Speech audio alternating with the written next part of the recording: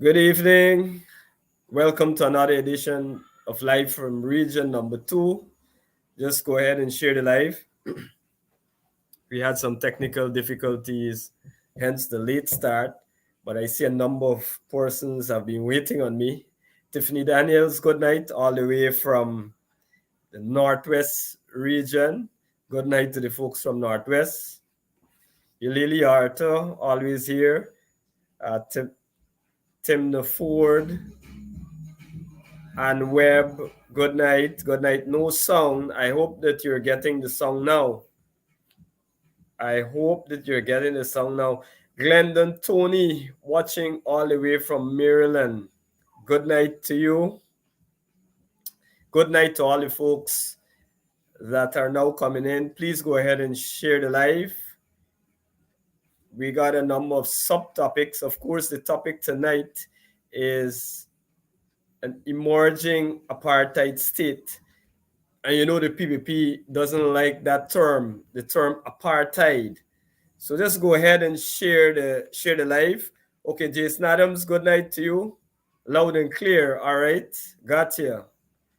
Selena Fraser, good night. Listening from Canada. Canada. All right. Folks from the UK. Is it Ayub? No. The name just disappeared.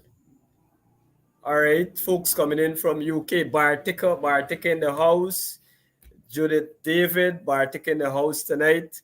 Folks, the topic tonight is an emerging apartheid state, and of course we're talking about Guyana, not South Africa.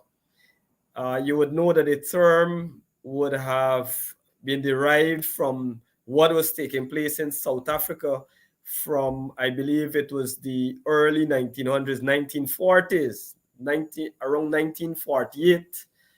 So, well, it's the mid 1900s. So it's around 1948 all the way up to around 1990.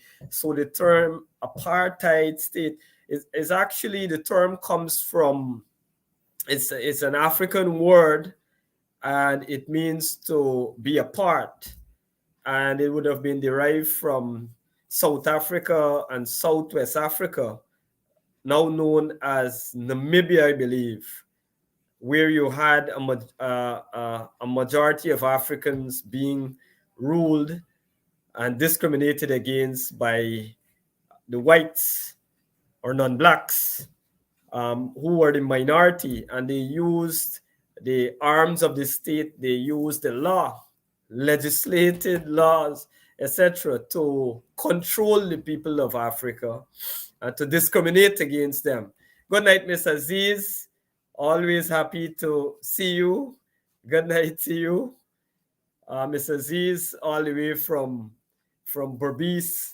And people like Miss Aziz are staunch supporters of the PNCR, regardless to whether we're in government or out of government. And people might like Miss Aziz, you can tell from the name, she's Muslim. And we'll have a lot of discussions surrounding the races, the religions in Guyana, the issue that has been coming forward over the last couple of days. They would have arrested the mayor, the controversies surrounding that. So we want to touch on that in this apartheid state. Good night to you, Mavis Henry. I see a number of folks all the way from Berbice. I'm seeing folks from in Latem. Go ahead and share the live. We'll begin in a few minutes. We have a number of issues. I see Faye Brown, Ms. Brown saying that is nothing is emerging. That what it is. Okay, I got you, Miss Faye Brown. Miss Faye Brown got a really long name. Is it Joel Mondley? I'm okay. Miss Brown, you got a very long name. I should call you Miss Brown. Good night to you, Miss Brown. Good night to all the folks. Just share the live to your family, to your friends. Share it on your WhatsApp groups, your Facebook pages. Um, we got, I see a number of people coming in, and we'll begin shortly. We had some technical difficulties, still have some, but we're working on it. We're working to get it fixed. We had no sound in the beginning, so I see the sound has been resolved. So I was telling you about explaining about, for the folks that are not familiar with the term, it's a South African term. It came from South Africa and Southwest Africa, now Namibia, from around 1948 to sometime in the 90s, where you had the white folks there using the arm of the state, using the laws, and creating the conditions for discrimination, disparity in the distribution of resources in that country. And we know the African countries are very rich in minerals, rich in resources, but for some reason, those countries are still not fully developed up until today. And it is partially due to that system that existed there, where the rich countries would have extracted the resources to enrich themselves and leave those African countries in a poor and broken state. And so today they are still behind, now trying to catch up. And so it mirrors what is happening here in Guyana and what has been happening over a very long time. And so I want to agree with Miss Brown that, some folks believe that we are in an apartheid state. It might have evolved from the apartheid state of West Africa, but essentially, what we're seeing here is an apartheid state. When you look at how the police is operating under this PPP government, when you look at how the DPP has been operating under this PPP government, when you look at the court system generally, how it has been operating, when you look at the distribution and award of contracts in this country, when you look at the distribution of grants, flood relief, when you look generally at how the country is being run, when you look at the efforts being made by the state and arms of the state to silence freedom of speech, the stymie freedom of speech in this country, then certainly one would agree that we're either an emerging apartheid state, as I would have said earlier, or as some people believe that we're already an apartheid state, this dear land of ours. And so that is the center of our discussion tonight. We're having a little late start tonight and still having some technical difficulties, but I want to give you guys an opportunity. You can you can text me, or you can make your comments, and I can make some reference to it because I'm seeing your comments in the comments column. And what are your thoughts basically on the emerging apartheid state, or the existing apartheid state that we have become? This country, this small country of only 750 or 780,000 people, with a wealth of resources and a diverse set of people, religiously, culturally. What are your thoughts? what are your thoughts about this country and where we're heading?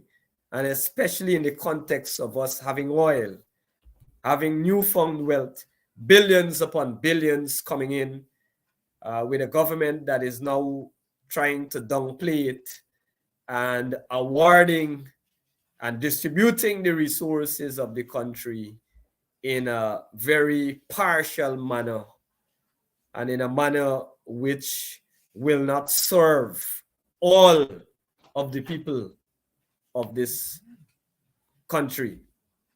And so I don't know if my operator is ready and if he can bring up the first slide. I know we're still having some technical difficulties, so if you can just bear with me for a few moments. But operator, when you're ready, you can indicate by pulling up the first slide.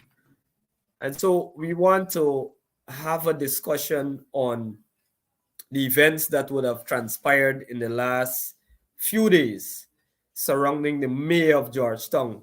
Georgetown being the biggest base for the PNCR and by extension APNU and APNU AFC, the coalition now in opposition. It is our strongest base, and it is the issues are surrounding the first citizen of the town, no other than the mayor of Georgetown, and there are clearly moves being made to in an attempt to embarrass the mayor. We know that local government elections were scheduled for the 13th of March, and we were supposed to have nominations day and a series of activities. And so it is not by accident that these things are emerging. It is not by accident you're hearing the calls from ministers for the mayor to resign. It's not by accident that you're seeing the private sector commission, not the private sector, but the private sector commission, who is supposed to be the body looking out for the interests of all businesses in the country and in the capital. And they have taken a position. They finally found their voices. They finally found their voice after so much that has been happening in this country over the last 2 years. So much has been happening. No condemnation whatsoever, no statement whatsoever. You had incidents allegedly involving Minister Dharamlal. You had one on social media. It was alleged that he had his or some pictures of his private parts were sent to a young lady. There was no condemnation, nothing from the private sector, nothing from the religious organizations, nothing coming from the four that signed that statement from the Muslim organization. And I saw Natasha Singh Lewis making reference to it and to those four last night on a program. I believe it was on Coretta's program, Coretta McDonald's program, where she was alleging that she had proof and she had information on the four that might not, but that if she caused it to be exposed, then they would be seen in a different light, not as Muslim leaders, not in keeping with the values of Muslim leaders. But those are the four that signed, that scribbled, so that they scribbled in a way that persons cannot recognize who they are. But fellow Muslims know who they are and know of their attempts to undermine the APNU AFC when they were in government and undermine our efforts to engage the Muslim community. Those are the persons that have now found their voices in an attempt to condemn and chastise the mayor. The mayor, the young mayor, young East Indian mayor, young Pandit, who has been going foot to foot with the people of Georgetown, whether through rains, floods, whatever the case is. He's always there, always willing to represent his people, always willing to represent. And so these folks, these PPP hacks, these PPP affiliates are attacking the mayor. You know, Miss Aziz, I saw her on the live. She's still on the live. Miss Aziz from Berbice, I believe her butcher shop was burned down. It is not easy. It is not easy to support the PNCR when you're East Indian. And you know, I want to tackle this head on. When you speak, or when we speak about racism in this country, we're labeled as racist. I've said it time and time again. I cannot be labeled as a racist. I cannot be labeled as a racist. My mother is East Indian. I grew up partially in an East Indian home. My favorite foods are still those that are prepared on a daily basis in East Indian homes. And so I understand what it means to be East Indian.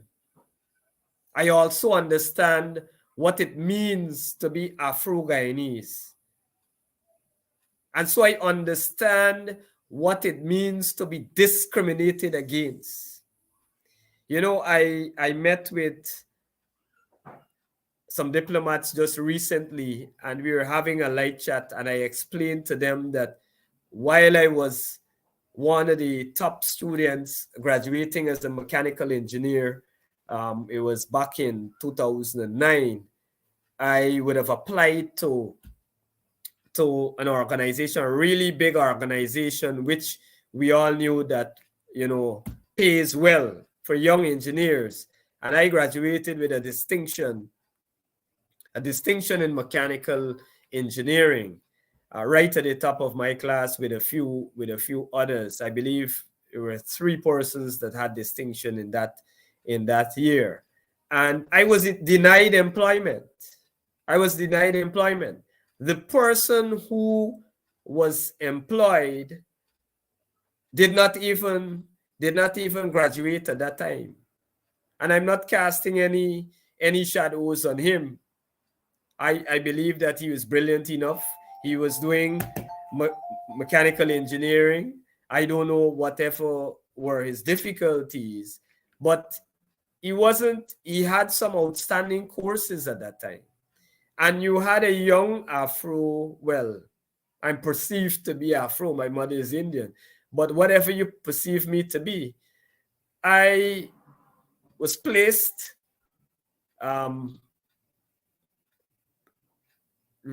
denied that employment. I see it as being denied that employment, and that fellow was employed, and my classmates can bear witness to that. And it wasn't me alone. There were others. But that is how the state works. That is how it operates. So I understand. My reason for getting into politics was to fight this very system. I grew up in a mixed home, and I scorned what was happening.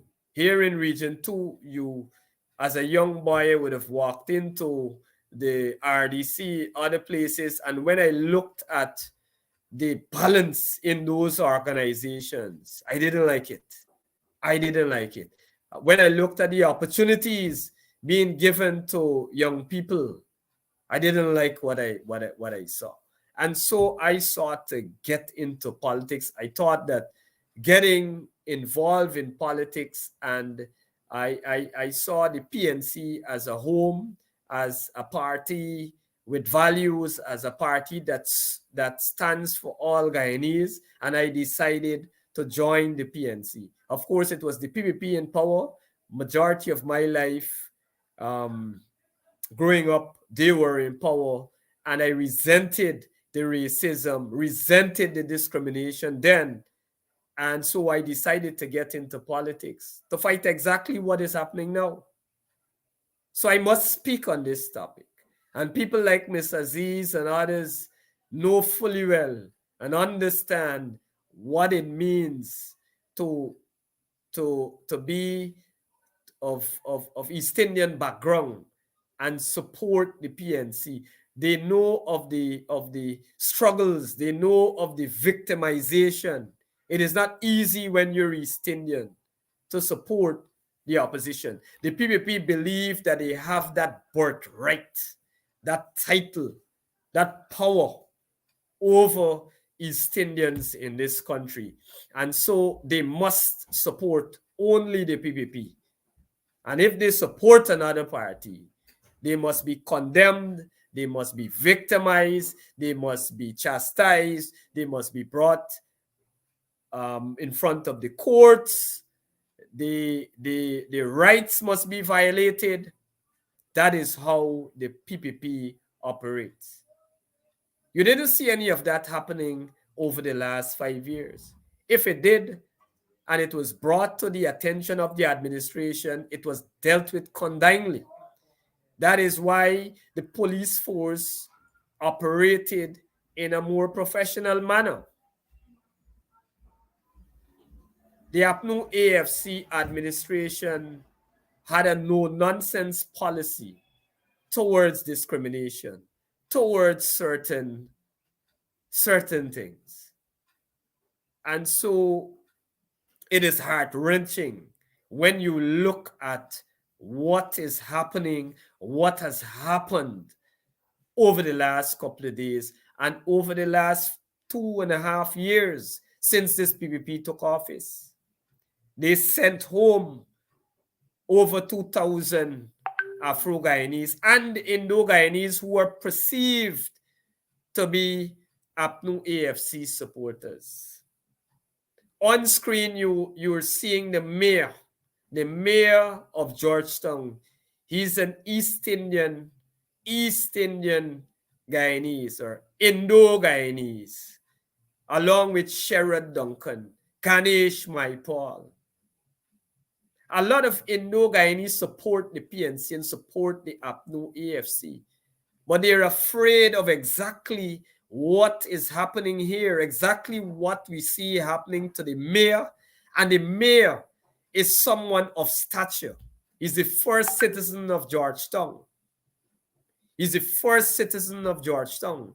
And if it can be done to the mayor, and this is the message that they are sending here, this is the message that they are sending here, that their arm is locked. They are willing to use the arm of the state, those arms that can be used to violate the rights, violate your constitutional rights, to gag you, to prevent you from speaking out, to trample on you, and especially if you are a supporter of the APNU AFC, and more so if you are an Indo-Guyanese supporter of the PNCR, it burns them.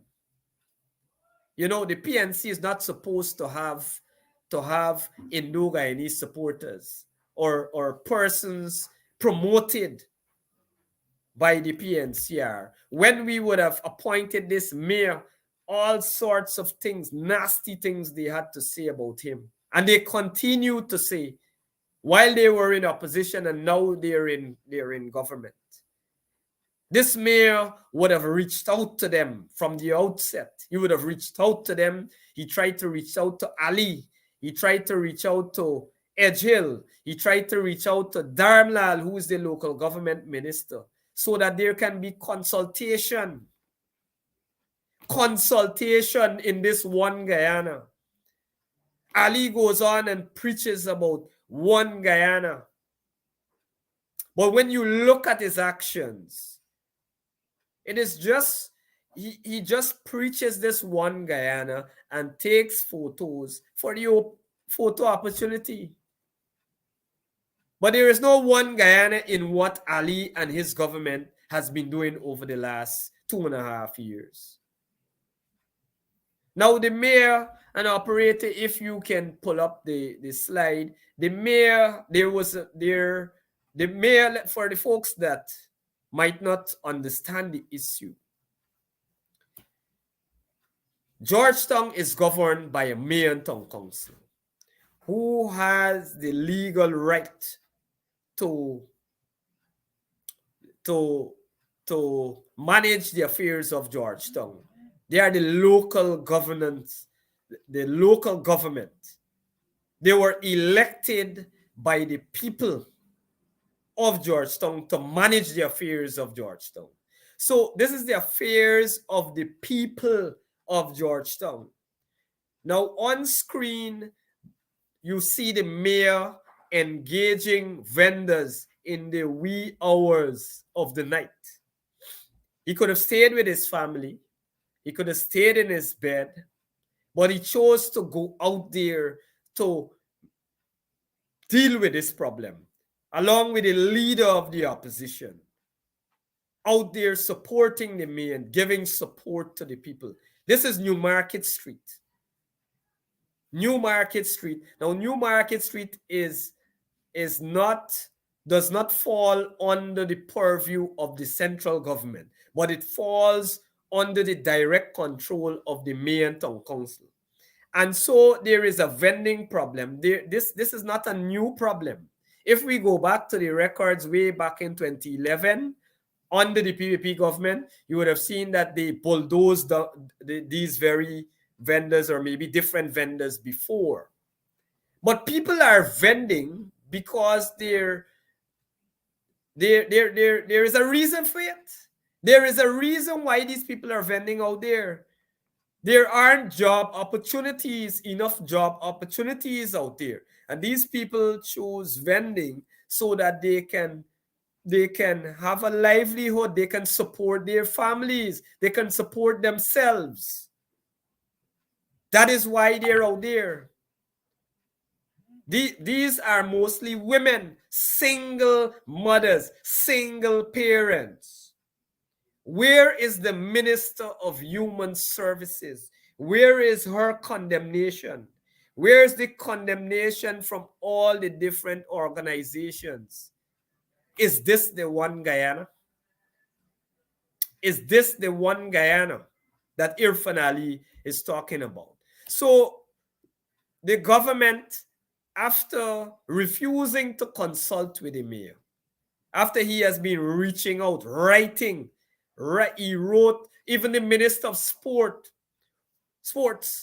who is doing nothing, by the way, but rejected the mayor's letter by sending it back. So they want nothing to do with the mayor. Absolutely nothing to do with the mayor. They don't provide the funding for the mayor and town council. And so they keep Georgetown in a terrible state. You would recall when APNU AFC was in government, we gave the kind of support to the mayor and town council. The streets of Georgetown were kept clean. There was law and order. There was order at the bus stops. We were emerging as a modern democratic state. Our capital city was moving back to that state which it was so many decades before the PPP came to government. But from 2020, we see a total reversal.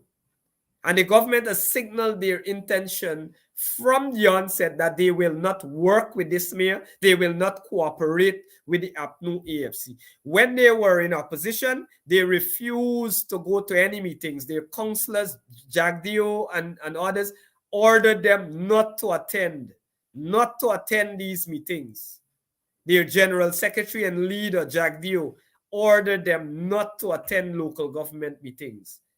So they refused to cooperate while they were in opposition. And now they refuse to cooperate while they're in government. So the rights, the mayor and town council are well within their right. If we can go back to that street, Newmarket Street, it falls under the purview of the mayor and town council.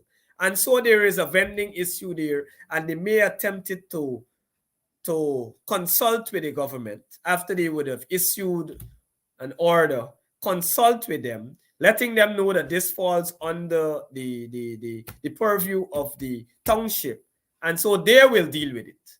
You cannot go and remove arbitrarily, just remove persons and push them out of their livelihood. These people are willing to move. They are willing to move. If only if they could find some place where they can ply their trade and make the same amount of money so that they can support their families. And these are Afro-Guyanese. Mostly, the majority of them are Afro-Guyanese. And so the mayor became incensed when they moved in with their equipment and began to demolish and pull away these stalls, disrespecting the mayor, disrespecting the town council, and disrespecting the people who would have elected the mayor and town council to manage their affairs. And so the mayor asked the question, why is it that Irfan Ali does not want to consult with him? Why is it that he's bullying, using this kind of bully tactics on mostly Afro-Guyanese and women vendors? And so he asked that question. Is it because I am an East Indian and the president is Muslim? What is the harm in that? You know, I would like to see them sent to arrest me if I asked that question. I thought we had freedom of speech. The Constitution allows freedom of speech, freedom of expression. But the state wants to abuse the law, use whatever provision to oppress, to violate the rights of members of the opposition. And any person that speaks up against what is, or speaks out against what is happening in this emerging apartheid state called Guyana. You know, they don't want to hear apartheid. They don't want to hear apartheid. And whenever we speak out about these things, they run about the place and they do some little thing and post it all over the media to say, oh, we care about Afro-Guyanese and we care about East Indian, Indo-Guyanese that are supporters of APNU. It shouldn't take the public pressure for the government to do what is right, to do what they claim they are supposed to be doing, this one Guyana. And so because of that statement, they arrested the mayor. Well, they attempted to arrest the mayor and embarrass the mayor while they had these thugs going out to protest. Never see them protesting before. You had the various private sector bodies, Region 3 private sector, and the Georgetown chambers, all of them coming out there to chastise the mayor on this statement. But when you look at what Irfan Ali is doing, you must look at the award of contracts, etc. You see it is exactly what the mayor is talking about, exactly what the mayor and others are talking about.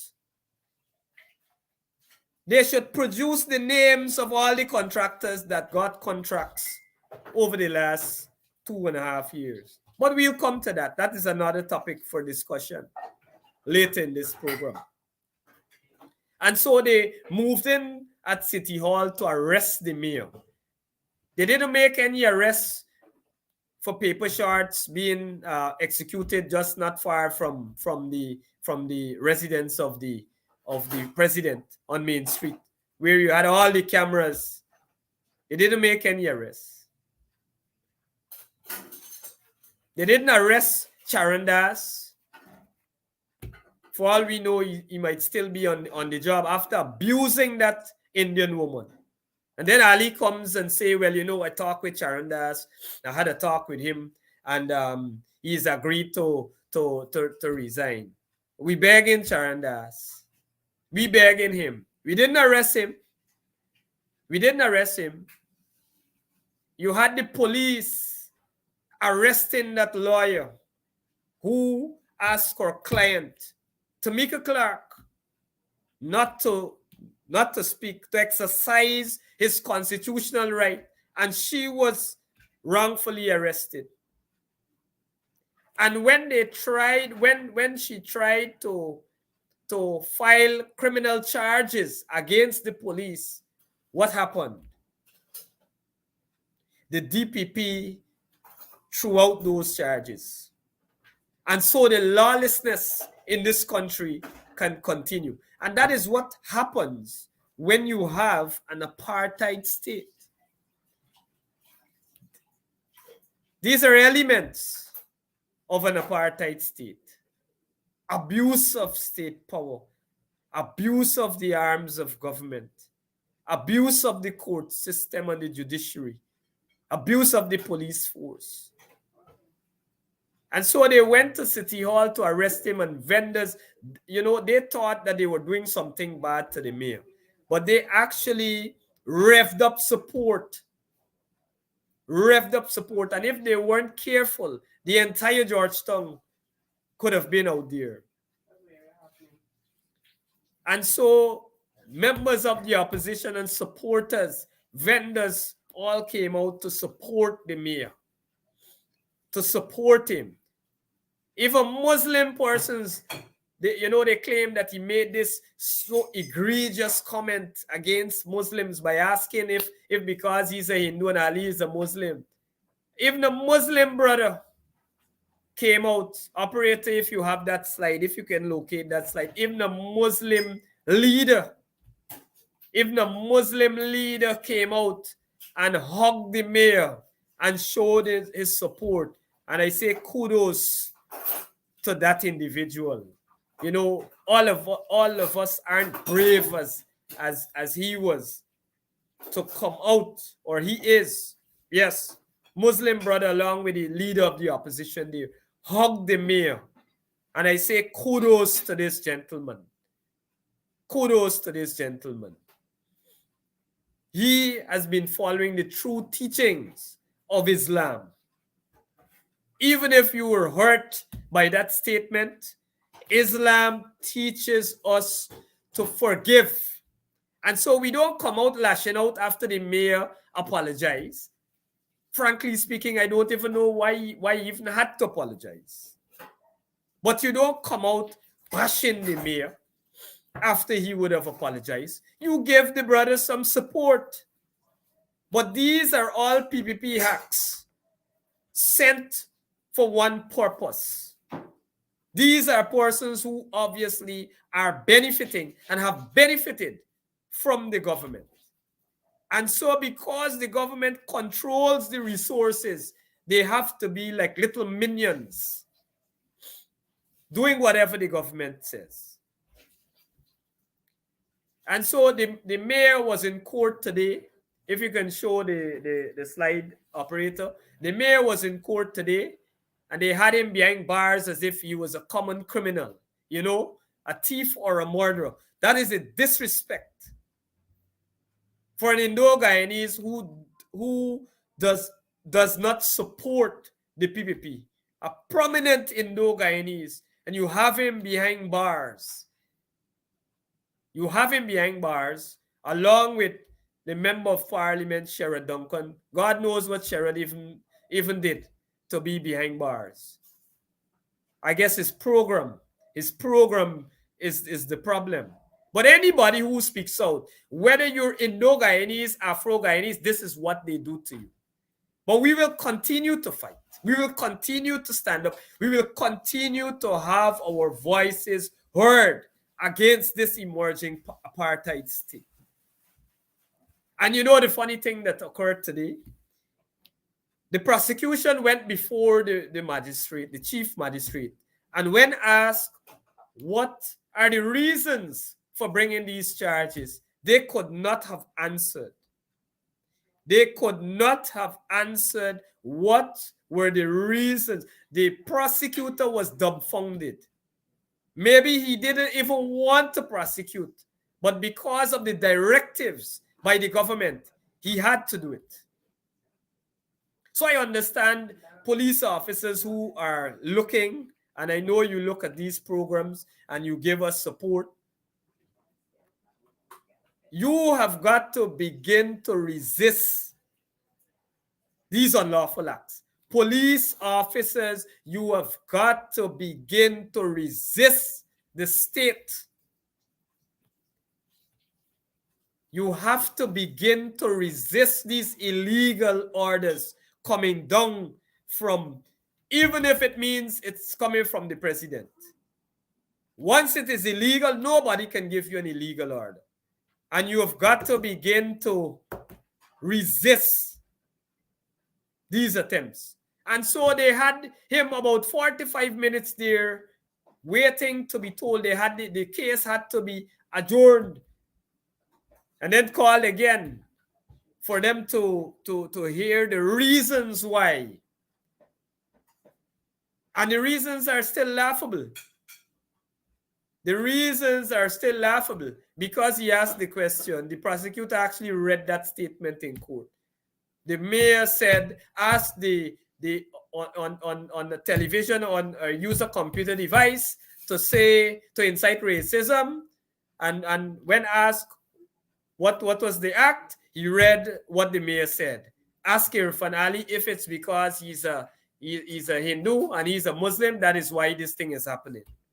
That is his right. Whether you agree with it or not, that is his right.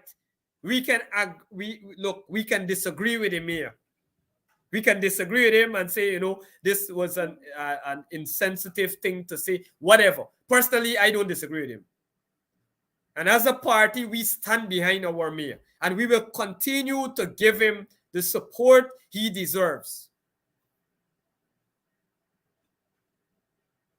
People have got to begin to stand up against this nonsense that is occurring in this country. And I was thinking today, this is the exact thing that got them out of government. This is the identical thing that got them out of government. It's two things. This kind of police state, and it's actually three. We can go on to name a few others. But it is the police state, if you would recall. It is the discrimination, and it is the corruption. Three major things that got the PPP out of government. Violation of people's rights, the police state that they created. Discrimination played a great role in it, and corruption. They don't know how to be honest, politicians. They don't know how to be honest. They're always corrupt, and they corrupt the entire country whenever they are in government. They corrupt the police force, they corrupt the public sector, they corrupt even the private sector. We see the private sector commission coming out in support of the government. And so we as Guyanese, whether you're Afro-Guyanese, Indo-Guyanese, Indigenous Guyanese, whatever you are, whatever you identify yourself with, whichever grouping you identify yourself with, you've got to begin to stand up, sound your voices against this discrimination, against this apartheid state that is emerging in this country. We've got to stand up, or it will consume all of us. At some point in time, these fellas will feel that they're so powerful and they have such control that everybody will be afraid to speak. Anybody. Because if you can do this to the sitting mayor of Georgetown on such frivolous charges, who's next? Who is next? And so tonight I thought that a major part of this program I would dedicate to dealing with this issue. There are so many other issues I had lined up tonight, but I wanted to deal with this. Wanted to deal specifically with this problem that we're seeing. As I said earlier, I started my political career to fight exactly what is happening here. And I will continue to fight and continue to urge all Guyanese to stand up. My Indo-Guyanese brothers and sisters, you too have to stand up. You too have to show your solidarity. You too have to sound your voices.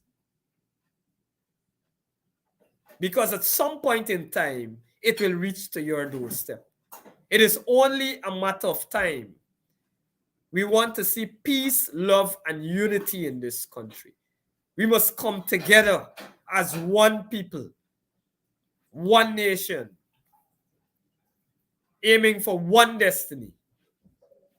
But the way how this administration is operating currently, it seems as though there are different destinies for different people in this country. And I will stand up, and my party will stand against all levels of discrimination, all levels of violation of people's rights, violations of the Constitution, any disparity in the distribution of resources of this country. We will stand up against it. We don't mind if they want to label us as racist and whatever. Once you stand up to people, they always try to find all sorts of names for you. We have to come together as a country to say no to this type of behavior. And it doesn't matter who is in government. If APNU or when APNU AFC gets back into government and you believe that we are going off track, then you stand up against us, stand up against whoever is condoning that act or whoever are the perpetrators. You stand up against people like that. You know, we just gotta love this fella, this Muslim leader for standing up for all Muslims, even those of you who are afraid to stand up. I believe that the time has come now. Look, Guyana is at a pivotal moment. It is at a pivotal moment in our history. And it's either we move together as one or we begin to separate and we begin to have a class system emerging in this apartheid state. A class system where a few, and we're already seeing it, only a few benefit from this government. Operator, if we can go to, I want to deal with, we only have a few more minutes. And so I want to touch on, well, this slide is from Minister Ben. He came out and made several statements which are of no consequence. I believe Ben is a useless minister. He does nothing. I don't know what exactly he does, because when you look at the state of the police force, I believe the leader of the opposition asked him just recently in Parliament, these billions that were spent, where have they gone? What reforms have taken place in the police force? But, he could have said nothing, absolutely nothing in Parliament just recently. And so I will come back to Ben. If we can move to, I'm trying to find the slide with the contract, award of contracts, because we're dealing with the emerging apartheid state. Folks, just bear with me. I have a number of documents prepared, but this was a statement from the vendors, and it says all they were asking is that the government can relocate them. They want to sit down and talk They want to sit down and talk. It is Christmas time. A few days from Christmas, people are trying to earn a little so that they can buy that little present for the little daughter, the little son, so that they can put a little bit of something new on the table.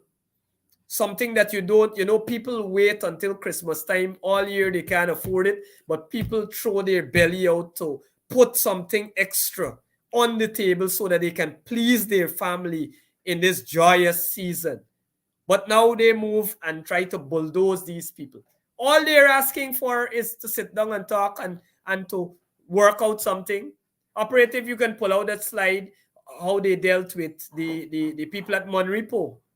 And this is what we're talking about. There is no one Guyana. Look, the people of Monrepo, and I cannot, look, I don't want to pronounce, I don't have all the facts on why they would have done what they did to destroy stalls that were being constructed in this new market. These vendors actually in Monrepo, and this is a PPP stronghold. They destroyed stalls that were being constructed. Did we see anyone get arrested? Was any vendor arrested as they did to the mayor? Just let that sink in. These folks illegally destroyed government property, break up stalls. They're allowed to do that. Nobody was arrested. Not one vendor was arrested, much less charged and put before the court. But you arrest the mayor of Georgetown for making a statement. And these people physically break down stalls, go on a rampage because they were displeased with their placement. They didn't like where the government was putting them, who getting with stall or whatever. So you're displeased and you break the stalls down. Because you know why they can do that? You know why. Both you and I know why. It is a PPP stronghold. And this is how the PPP deal with one set of people. And we have to be honest. We have to be honest. I told you from the beginning, my mother is East Indian. I live in a mixed family. I spent a lot of years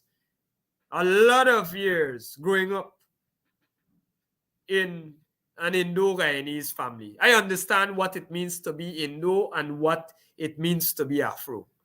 I cannot be called out for it. And so instead of charges being instituted, instead of any condemnation from anybody, from the private sector, from the ministers, we see all of them on their pages condemning New Branch for some statement. But there you have it, persons, vendors, supporters of the PPP, breaking down stalls while they're being constructed. And what happens? The minister calls them to a nice, whether it's boardroom, it looks like it's boardroom, his boardroom, with nice AC and everything. And you sit down and you have a chat and you resolve the matter. You see here, Nigel says on his page, matters resolved with vendors of Monrepo Market. There were miscommunication issues that had to be dealt with. But you refuse to communicate with the vendors of New Market Street. You refuse to communicate and to consult with the mayor of Georgetown, though he has been asking for the last 2 years for consultation. He is on record asking for consultation. But you refuse to do that. And what action did they take? What action did they take? They moved to bulldoze the people down. They moved to bulldoze single mothers, Afro-Guyanese, mostly Afro-Guyanese. They bulldozed them down. And you see, the discrimination and the treatment of the mayor didn't end there. And this is what I'm talking about, this fallacy of one Guyana and this emerging apartheid state and these two Guyanas. The government now instructs the GDF to dismiss the mayor. The mayor is a reserve staff sergeant. He's been there for a number of years. And they are now attempting to illegally dismiss the mayor. So the victimization didn't end with the arrest and the court matter. It has now extended to his service in the army and whatever income is derived from that service. Now, I believe the law is very clear that you have to be someone, you have to be called out as a soldier, and anything that occurs at that point, you can be disciplined. But you first, the rules for natural justice, the laws of this country, and the standing operating procedures of the defense force allows you to be heard. That is the rule of natural justice. You have to be heard before any disciplinary action is taken against you. So we will see, we will look carefully to see what the court thinks about this. I am certain that Mayor and his lawyers will move to the courts for this matter. The GDF has always been apolitical. From the Burnham era right down, the GDF has operated apolitical. When there was a transition of power, when there was a transition of power in 1992, the army didn't resist, the army did nothing. The army always operated in an apolitical manner. But these people under, I believe, there is a new person there that the PPP has placed that is heading the army now. I don't know if he is apolitical, because the actions of the army now to remove or to dismiss the mayor seems very political. And so they have politicized the police force. And now they're moving to politicize the army. Moving to politicize the army. These are dangerous developments. Extremely dangerous developments in this country. On screen there, you see every person that stand up to these people, especially when you're Indo-Guyanese or you're perceived to be supporters of APNU. This is what happens to you. You have the popular juice vendor charged over some TikTok video where he wasn't pleased about something with the top cup. They're abusing the law to get to people, to victimize people. We're becoming a police state, and that is an element of the apartheid system. It is an element, is the way how the government operates in an apartheid system. They use the law against you. They use the systems against you. Whether it's the court system, the police system, whichever system, they use it against you. If you go for cash grant, you can get it. The case of Tamika Clark, the DPP dismissed it. So the police officers, Romana and them, can arrest a lawyer illegally. And then you say that, it was in the line of doing their duties, while they were doing their duties. So it is okay for the police to knowingly, illegally, a senior officer, this is not a mistake. This is a senior officer of the force with years of experience. He has been a prosecutor before. I know him personally. And so this is an experienced officer. Experienced officer. I don't believe we have time to get into the issue. Well, maybe we can take this. We can take this last issue, but I really tried to flesh out what has been transpiring, especially as it relates to the mayor and how it fits in the context of an apartheid state, an emerging apartheid state. And so we will have to continue on this topic. I had on the cards tonight to discuss the award of contracts. When I get to the next program, I hope that I can break it down to you guys. But I just want to touch on this last topic quickly before Sherrod comes on. There was an incident today, early in the early mornings at the residence of the president at the State House, where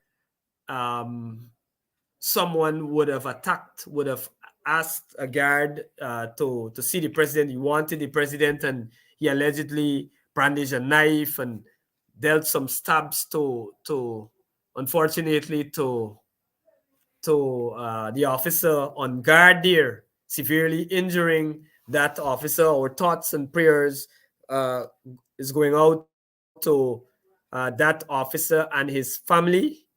This is a tough time to be experiencing that, to have to go through that during Christmas time. You want to huddle around the Christmas tree or around the table and have a meal together. And unfortunately, this young man has been seriously injured by that lone person that would have attacked him, and then he would have grabbed a gun, a firearm from another officer and began to open fire at those officers at State House. It tells, while, look, we condemn this act at the highest level. The APNU AFC, the PNCR, condemns this act to its fullest. I saw today they had a number of these PPP little outlets already trying to incense the public and have all kind of stupid statements being made. Stupid statements being made. It would be interesting to know what comes out of the investigation. I noticed that the government is now saying that they will ask Interpol to do some level of investigation. They want a background on this fellow. We're told that he is Nigerian. So it puzzles me why a Nigerian national would go there to ask for the president and then attack the security guard. Well, a lot of strange things happen under this PPP government. A lot of strange things happen under this PPP government. And they always say that they're going to have an investigation, and then nothing happens. Nothing happens. They didn't ask Interpol to investigate paper shorts being shot not far from there, but they're now running to Interpol. I agree that it is a serious matter. I don't think that the Ministry of Home Affairs has dealt with it in a proper way. It exposes the incompetence of the Ministry of Home Affairs to protect the president and his family. Some guy can easily walk up to the gate and take down a security an officer there and take away a firearm and open fire. So, folks, I just want to close and leave it there. We're out of time. Sharon is coming up. And so I want to thank you. Thank you for your patience. Thank you for your engagement tonight. I trust that you will be back next week, same time, same place, 6:30 on this very channel, where we can continue this conversation of an emerging apartheid state and all the other atrocities that has been occurring under the PPP. So I must say good night to you folks. God bless and stay safe.